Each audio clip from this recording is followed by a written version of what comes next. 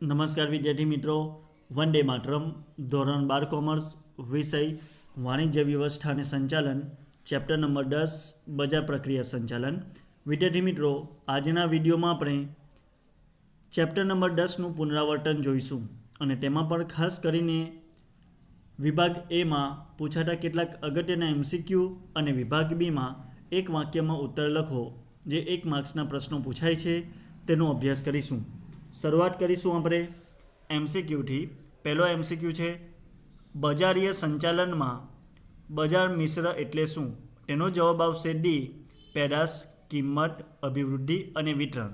મિત્રો, પેદાશ એટલે કે પ્રોડક્ટ, કિંમત એટલે કે પ્રાઇસ, અભિવૃદ્ધિ એટલે કે પ્રમોશન અને વિતરણ એટલે કે પ્લેસ. મિત્રો, આનો જવાબ આવશે ડી, પેદાશ, કિંમત, અભિવૃદ્ધિ અને વિતરણ. બીજો એમસીક્યુ છે, બજારીય વિભાવનામાં કોણ કેન્દ્ર સ્થાને હોય છે? મિત્રો, બજારીય વિભાવનામાં એ ગ્રાહક કેન્દ્ર સ્થાને હોય છે, માટે એનો જવાબ આવશે સી, ગ્રાહક. આગળ જોઈશું આપણે ત્રીજો એમસીક્યુ, બ્રાન્ડિંગનો મુખ્ય ઉદ્દેશ કયો છે? મિત્રો, બ્રાન્ડિંગનો મુખ્ય ઉદ્દેશ એ હરીફોની પેદાશને પોતાની પેદાશ અલગ બનાવવાનો હોય છે. બરાબર, એટલે એનો જવાબ આવશે ડી, હરીફોની પેદાશથી પોતાની પેદાશ અલગ બનાવવાનો પ્રયત્ન કરવામાં આવે છે અને તેના માટે પોતાની પેદાશની ઉપર નામ, સંજ્ઞા, ચિત્ર કે નંબર વગેરે આપતા હોય છે, જેને આપણે બ્રાન્ડિંગ તરીકે ઓળખીએ છીએ. હવે આપણે આગળ જોઈશું ચોથો એમસીક્યુ, જ્યારે ઉત્પાદક ગ્રાહકને સીધું વેચાણ કરતો હોય ત્યારે કેટલી સપાટીવાળી વિતરણ વ્યવસ્થા ઊભી થઈ એમ કહેવાય? મિત્રો, અહીં ઉત્પાદક સીધો ગ્રાહકના સંપર્કમાં આવે છે, માટે કોઈપણ મધ્યસ્થી આ વિતરણ વ્યવસ્થામાં જોવા મળતી નથી, માટે એનો જવાબ આવશે ડી, 0. એટલે કે અહીં ઉત્પાદક ગ્રાહકને સીધું વેચાણ કરતો હોવાથી અહીં કોઈ પણ મધ્યસ્થી જોવા મળતા નથી, માટે તેને આપણે શૂન્ય સપાટીવાળી વિતરણ વ્યવસ્થા તરીકે ઓળખીશું. હવે આપણે આગળનો એમસીક્યુ જોઈશું. પાંચમો એમસીક્યુ છે, અભિવૃદ્ધિ દ્વારા શું કરવામાં આવે છે? મિત્રો, અભિવૃદ્ધિ દ્વારા એનો જવાબ આવશે બી, વેચાણ વધારવામાં આવે છે. મિત્રો, અભિવૃદ્ધિ એટલે કે પ્રમોશન કરવું, પેદાશ, માલ કે સેવાનું પ્રમોશન કરવું અને એના દ્વારા વેચાણ વધારવાનો પ્રયત્ન કરવામાં આવે છે. હવે આપણે આગળ જોઈશું છઠ્ઠો એમસીક્યુ છે, વ્યક્તિગત વેચાણમાં વેચાણકર્તા કયું કાર્ય કરે છે? મિત્રો, વ્યક્તિગત વેચાણ એટલે કે જેમાં સેલ્સમેન દ્વારા ઘરે ઘરે જઈને માલ, સેવા કે પેદાશનું નિદર્શન કરવાનો પ્રયત્ન કરવામાં આવે છે. એટલે કે સેલ્સમેન દ્વારા ઘરે જઈને સંભવિત ગ્રાહકોને ગ્રાહક બનાવવાનો પ્રયત્ન કરવામાં આવે છે. એટલે કે એનો જવાબ આવશે એ, જ્યાં સંભવિત ગ્રાહકને પેદાશનું નિદર્શન કરવામાં આવતું હોય છે. આગળ જોઈશું આપણે સાતમો એમસીક્યુ, વેચાણ વૃદ્ધિની પ્રયુક્તિઓને કારણે કઈ પરિસ્થિતિનું નિર્માણ થાય છે? મિત્રો, એનો જવાબ આવશે એ, વેચાણ વૃદ્ધિની પ્રયુક્તિઓને કારણે ગ્રાહક પેદાશને ખરીદવા તાત્કાલિક પ્રેરાય છે. એનો જવાબ એ આવશે. હવે આઠમો એમસીક્યુ છે, નીચેનામાંથી કયું કાર્ય બજારીય સંચાલકનું છે? મિત્રો, બજારીય સંચાલક દ્વારા માલ વપરાશ યોગ્ય બનાવવાનો પ્રયત્ન કરવામાં આવે છે, માટે એનો જવાબ આવશે એ, માલ વપરાશ યોગ્ય બનાવવો. હવે આગળના એમસીક્યુ જોઈશું મિત્રો. નવમો એમસીક્યુ છે, વધુ પડતા જાહેરાત ખર્ચને કારણે શું થાય છે? મિત્રો, ઉત્પાદક દ્વારા પોતાની પેદાશની લગતી કેટલીક જાહેરાતો આપવામાં આવતું હોય છે અને આ વધારે પડતી જાહેરાત ખર્ચને કારણે પેદાશની કિંમતમાં વધારો થાય છે. એટલે એ જવાબ આવશે, પેદાશની કિંમતમાં વધારો થાય છે. આગળ જોઈશું આપણે 10મો એમસીક્યુ, જાહેર સંપર્કમાં ધંધાકીય એકમ કે પેદાશ વિશે બધા જ સહભાગીઓ સમક્ષ હકારાત્મક વલણ ઊભું કરવાનો પ્રયાસ કરવામાં આવે છે. શું આ વિધાન સાચું છે? મિત્રો હા, એ જવાબ આવશે એનું આ વિધાન સાચું છે. હવે 11મો MCQ આપણે જોઈશું. માર્કેટિંગ મિશ્રમાં નીચેના પૈકી કઈ બાબતનો સમાવેશ થાય છે? મિત્રો અત્યારે જ આપણે જોઈ ગયા હતા માર્કેટિંગ મિશ્રની અંદર કેટલી બાબતોનો સમાવેશ થાય છે? તો 4. અને કઈ કઈ? તો કિંમત, પેદાશ, વિતરણ અને અભિવૃદ્ધિ. તો આ પ્રશ્ન કયો છે મિત્રો? માર્કેટિંગ મિશ્રમાં નીચેના પૈકી કઈ બાબતનો સમાવેશ થતો નથી તે આપણે જોવાનું છે. તો કિંમત એનો સમાવેશ થઈ જશે, પેદાશ અને વિતરણ એનો પણ સમાવેશ થઈ જશે. એનો અર્થ એવો થાય છે કે ડી, પેકિંગનો સમાવેશ માર્કેટિંગ મિશ્રમાં થતો નથી. હવે 12મો MCQ જોઈશું આપણે. એવી ધંધાકીય પ્રવૃત્તિ કે જેમાં માલ કે સેવાનો પ્રવાહ ઉત્પાદક તરફથી ગ્રાહક તરફ વાળવામાં આવે છે તે એટલે? મિત્રો આનો જવાબ આવશે સી, બજારીય પ્રક્રિયા. મિત્રો બજારીય પ્રક્રિયાની અંદર આપણે જોઈ ગયા છે કે ઉત્પાદક પોતાની પેદાશનું ગ્રાહક સુધી પહોંચાડવા માટેના પ્રયત્નો કરવામાં આવે છે. એટલે કે ઉત્પાદક તરફથી પોતાની પેદાશ ગ્રાહક સુધી પહોંચાડવાના તમામ પ્રયત્નોને આપણે બજારીય પ્રક્રિયા કહીએ છીએ. એનો જવાબ આવશે સી, બજાર પ્રક્રિયા. હવે 13મો MCQ આપણે જોઈશું. જ્યારે ઉત્પાદક અન્ય ઉત્પાદકોના માલથી પોતાના માલને અલગ પાડવા નામ, સંજ્ઞા, ચિત્ર, નંબર વગેરે આપે તેને શું કહે છે? મિત્રો આને આપણે બ્રાન્ડિંગ તરીકે ઓળખીશું. એટલે કે એનો જવાબ આવશે બી, જ્યાં ઉત્પાદક પોતાના માલને અલગ પાડવા માટે નામ, સંજ્ઞા કે ચિત્ર કે પછી નંબર આપતા હોય છે. તો જેને આપણે બ્રાન્ડિંગ તરીકે ઓળખીએ છીએ. દાખલા તરીકે આપણે પૂમાના બૂટને જોઈએ છે તો તેમાં ઉપર નિશાન પાડી હોય, ચિત્ર હોય છે, બરાબર?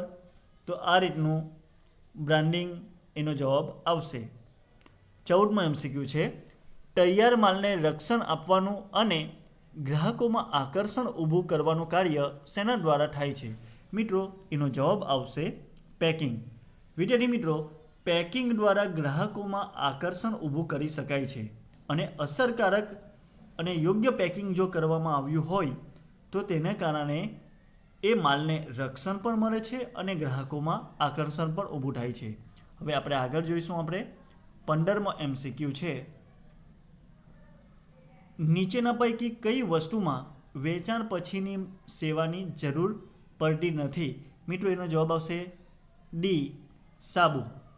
મિત્રો સાબુની અંદર વેચાણ પછીની સેવાની જરૂર પડતી નથી, બરાબર? હવે આપણે આગળ જોઈશું. 16મો MCQ છે. બજારીય સંચાલનની કઈ વિભાવનામાં પેદાશની પ્રાપ્યતા અને કિંમત ઉપર ભાર મૂકવામાં આવે છે?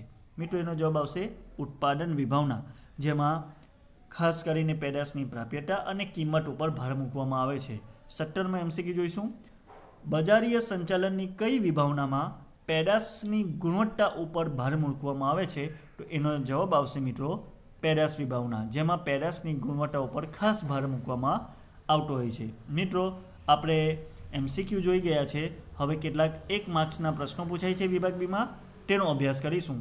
પ્રથમ પ્રશ્ન છે, બજાર પ્રક્રિયા એટલે શું? મિત્રો સરળ અને સાદા અર્થમાં આપણે કહીએ તો બજાર પ્રક્રિયા એટલે ઉત્પાદક તરફથી જે પેદાશનું ઉત્પાદન કરવામાં આવ્યું હોય તે પેદાશને ગ્રાહક સુધી પહોંચાડવાના જે પ્રયત્નો કરવામાં આવે છે તેને આપણે બજાર પ્રક્રિયા તરીકે ઓળખીએ છીએ.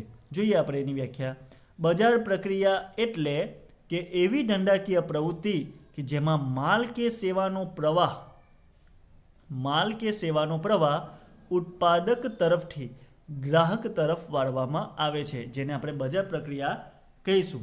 મિત્રો એટલે કે ઉત્પાદક તરફથી જે ઉત્પાદિત થયેલો માલ છે તેને ગ્રાહક સુધી પહોંચાડવાના પ્રક્રિયાને આપણે બજાર પ્રક્રિયા કહીશું. હવે આપણે આગળ જોઈશું બજાર સંશોધનનો અર્થ. બજાર સંશોધન એટલે ગ્રાહક વિશે માહિતી મેળવવી, તેમની પસંદગી, અભિરુચિ વગેરે અંગેની માહિતી મેળવવી અને તેના આધારે ભાવિ અનુમાન કરવું, જેને આપણે બજાર સંશોધન કહીશું. મિત્રો, બજાર સંશોધન દ્વારા કયા ગ્રાહકોની અથવા કેટલા પ્રકારના ગ્રાહકોની કેવા પ્રકારની માંગ છે અથવા ગ્રાહકો વિશેની માહિતી મેળવવામાં આવે છે, તેમની પસંદગી કેવા પ્રકારની છે, તેમની અભિરુચિ કેવા પ્રકારની છે, તે અંગેની માહિતી મેળવવામાં આવે છે અને ત્યારબાદ તેને આધારે ભવિષ્યના અનુમાન લગાવવામાં આવતા હોય છે. વ્યક્તિગત વેચાણ એટલે શું? મિત્રો, વ્યક્તિગત વેચાણમાં વેચાણ કરતા સંભવિત ગ્રાહકને પેદાશનું નિદર્શન કરે છે. મિત્રો, આપણે આપણી આસપાસ ઘણી વખત સેલ્સમેનને આવતા જોઈએ છીએ, જે એ વ્યક્તિગત વેચાણ કરતા કહી શકીએ. તો સેલ્સમેન બધાના ગ્રાહકોના સંભવિત ગ્રાહકોના ઘરે ઘરે જઈને જે પેદાશ હોય છે તેનું નિદર્શન કરે છે અને સંભવિત ગ્રાહકને ગ્રાહક બનાવવાનો પ્રયત્ન કરે છે. તો અહીંયા શું છે વ્યક્તિગત વેચાણ એટલે તે જોઈએ. તો વ્યક્તિગત વેચાણમાં વેચાણ કરતા એટલે કે સેલ્સમેન સંભવિત ગ્રાહકને પેદાશનું નિદર્શન કરે છે અને જરૂરી બાબતો જણાવે છે. તેથી સંભવિત ગ્રાહકને પેદાશમાં વિશ્વાસ ઊભો થાય અથવા પેદાશમાં વિશ્વાસ પડે છે અને તેને ખરેખર ગ્રાહકમાં ફેરવી દે છે. આગળ હવે આપણે જોઈશું વેચાણ વૃદ્ધિ એટલે શું? મિત્રો, વેચાણ વૃદ્ધિ એ ટૂંકા ગાળાના એવા લાભો છે જે ગ્રાહકોને માલ કે સેવાની ખરીદી કરવા માટે પ્રોત્સાહિત કરે છે. તે ગ્રાહકોને ત્વરિત અસર કરે છે. હવે આપણે આગળ જોઈશું અભિવૃદ્ધિ કોને કહેવામાં આવે છે.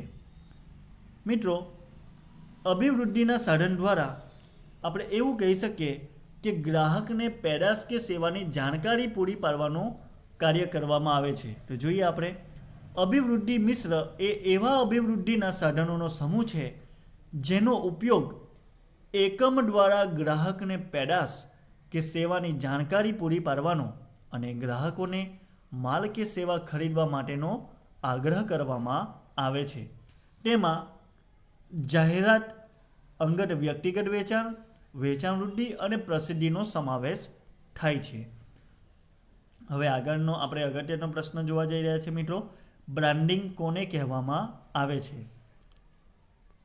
મિત્રો, બ્રાન્ડિંગમાં જોઈશું આપણે તો જ્યારે ઉત્પાદક પોતાના માલને અન્ય ઉત્પાદકોના માલથી અલગ પાડવા માટે, પેદાશને સરળતાથી ઓળખી શકાય તેના માટે અને માલની અન્ય વ્યક્તિઓ નકલ ન કરી શકે તેના માટે નામ, સંજ્ઞા, ચિત્ર, નંબર કે આમાંનું બધું જ આપવામાં આવે તેને બ્રાન્ડિંગ તરીકે ઓળખવામાં આવે છે. દાખલા તરીકે એડિડાસ, નાઇકીના બૂટ, એડિડાસના બૂટ કે પછી ઓડી કાર, પુમા વગેરે બ્રાન્ડિંગના ઉદાહરણો છે. મિત્રો, તો બ્રાન્ડિંગ કોને કહી શકાય કે જ્યારે ઉત્પાદક પોતાના માલને અન્ય ઉત્પાદકોના માલથી અલગ પાડવા માટે, પેદાશને સરળતાથી ઓળખી શકે તેના માટે, માલની અન્ય વ્યક્તિઓ નકલ ન કરી શકે તેના માટે, નામ, સંજ્ઞા, ચિત્ર કે પછી નંબર કે પછી આમાંનું બધું જ આપવામાં આવે તેને આપણે બ્રાન્ડિંગ તરીકે ઓળખીશું. હવે આપણે આગળ જોઈશું પ્રસિદ્ધિનો અર્થ. મિત્રો, પ્રસિદ્ધિ એ એવો બિન વ્યક્તિગત માહિતી સંચાર છે જે ચૂકવણું કર્યા વગર સમૂહ માધ્યમો દ્વારા કરવામાં આવે છે, જેમાં ધંધાકીય એકમ કે એકમની પેદાશ વિશે જણાવવામાં આવે છે. દાખલા તરીકે હોમ્સ ઓફ 18ની ઉપર આપણે જોઈએ છે. મિત્રો, ઘણી વખત જે ગ્રાહકોએ પેદાશનો ઉપભોગ કર્યો હોય અને એ ઉપભોગ કરવાથી મળતા જે એને લાભો છે તેને ટીવી ઉપર માધ્યમો દ્વારા પ્રસારિત કરવામાં આવતા હોય છે, જેને આપણે પ્રસિદ્ધિ તરીકે ઓળખીએ છીએ. બરાબર. હવે આપણે આગળ જોઈશું આગળનો પ્રશ્ન છે માર્કેટિંગની શ્રી કપૂર અને આઇકોબુકીની વ્યાખ્યા આપો. મિત્રો, શ્રી કપૂર અને આઇકોબુકીના મતે માર્કેટિંગ એ ગ્રાહકો અને પેઢીઓ વચ્ચે થતો પારસ્પરિક વિનિમય છે. મિત્રો આનો અર્થ એ જ થાય છે કે એક બાજુ પેઢીઓ છે અને બીજી બાજુ ગ્રાહકો છે. એટલે કે પેઢી અને ગ્રાહકો, એટલે કે ધંધો અને ગ્રાહકો છે. તો ધંધા દ્વારા જે પેદાશ ઉત્પાદન થાય છે તે ગ્રાહક સુધી પહોંચાડવામાં પ્રયત્ન કરવામાં આવે છે. એટલે કે ધંધો અને ગ્રાહક વચ્ચે વિનિમય થાય છે, જેને આપણે માર્કેટિંગ મિશ્ર કહીશું, માર્કેટિંગ કહીશું. બરાબર. હવે આપણે આગળ જોઈશું. ફિલિપ કોટલરની માર્કેટિંગની વ્યાખ્યા છે મિત્રો. જોઈએ આપણે. માર્કેટિંગ એ એવી સામાજિક પ્રક્રિયા છે કે જેમાં વ્યક્તિગત જૂથો તેમની જરૂરિયાત મુજબ મૂલ્યવાન પેદાશોનું સર્જન કરી, રજૂઆત કરી, સ્વતંત્ર રીતે વસ્તુઓ કે સેવાઓનો વિનિમય કરે છે. મિત્રો અહીં પણ વસ્તુ અને સેવાઓનો વિનિમય કરવામાં આવે છે. તો કોના દ્વારા? તો એક બાજુ પેઢી, એટલે કે જ્યાં ધંધાકીય એકમ છે, જ્યાં પેદાશનું સર્જન કરવામાં આવે છે, અને આ પેદાશનું જે સર્જન થાય છે એ ગ્રાહકો સુધી પહોંચાડવાનો પ્રયત્ન કરે છે. એટલે કે વિનિમય અહીંયા થાય છે, જેને આપણે માર્કેટિંગ તરીકે ઓળખીશું. હવે લાસ્ટ પ્રશ્ન છે મિત્રો, અહીં ધ્યાનથી જોતા રહેજો. લાસ્ટ પ્રશ્ન છે અહીં, માલનું એકત્રીકરણ એટલે શું?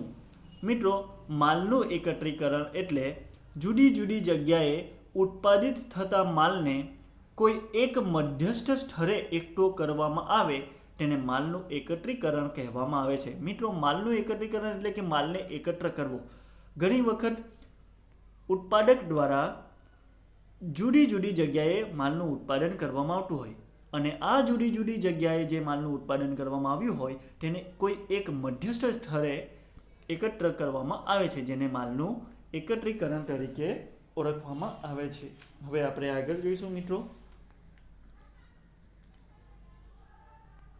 ખૂબ જ અગત્યનો પ્રશ્ન છે મિત્રો વિભાગ બી માટે, કે માર્કેટિંગ મિશ્ર કોને કહે છે? તો મિત્રો અહીં માર્કેટિંગ મિશ્ર એટલે ઉત્પાદકો પોતાની પેદાશોને બજારમાં સફળતાપૂર્વક દાખલ કરવા માટે અને તેને બજારમાં ટકાવી રાખવા માટે જે વિવિધ નીતિઓ અપનાવવામાં આવે છે, આ નીતિઓના સમૂહને આપણે માર્કેટિંગ મિશ્ર તરીકે ઓળખીએ છીએ. તો મિત્રો અહીં આપણે સમજવાનો પ્રયત્ન કરવાનો છે કે ઉત્પાદકો પોતાની પેદાશોને